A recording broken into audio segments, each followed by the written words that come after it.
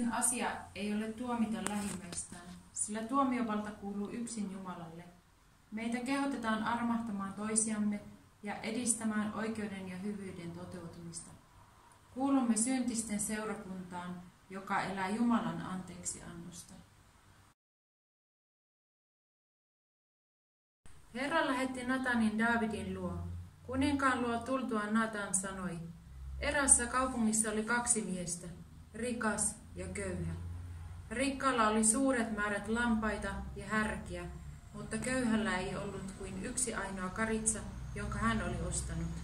Hän elätti karitsaa, se kasvoi hänen luonaan yhdessä hänen lastensa kanssa. Se söi hänen leipäänsä ja joi hänen kupistaan. Se makasi hänen sylissään ja oli hänelle kuin tytär. Mutta kerran rikkaan miehen luo tuli vieras.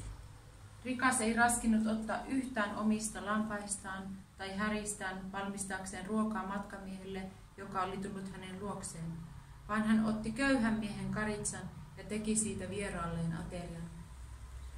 Daavid suuttui kovasti tuolle miehelle ja sanoi Natanille, niin totta kuin Herra elää, se mies, joka noin teki, on kuoleman oma, ja karitsa hänen on korvattava 4-kertaisesti, koska hän teki tuolla tavalla eikä tuntenut sääliä.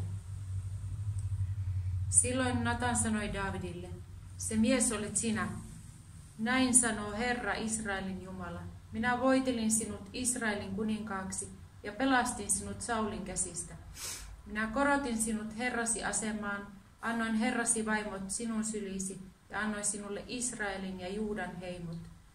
Jos tämä on vähän, voin antaa mitä tahansa muutakin.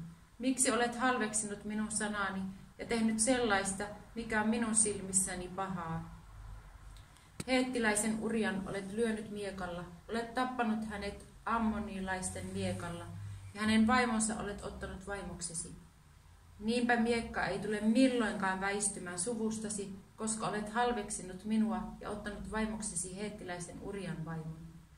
Silloin Daavid sanoi Natanille, olen tehnyt syntiä Herraa vastaan. Natan vastasi, Herra vapauttaa nyt sinut tästä synnistä, eikä sinun tarvitse kuolla.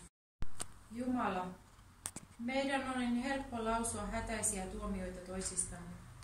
Sinä näet jokaisen ihmisen avarammin ja syvemmin kuin kukaan. Auta meitä kohtaamaan toisemme ilman ennakkoluuloja ja pinnallisia arviointeja. Auta meitä käsittämään, että vain anteeksi antaminen vie meidät todelliseen yhteyteen toistemme kanssa. Tätä rukoilemme Herramme Jeesuksen Kristuksen nimessä.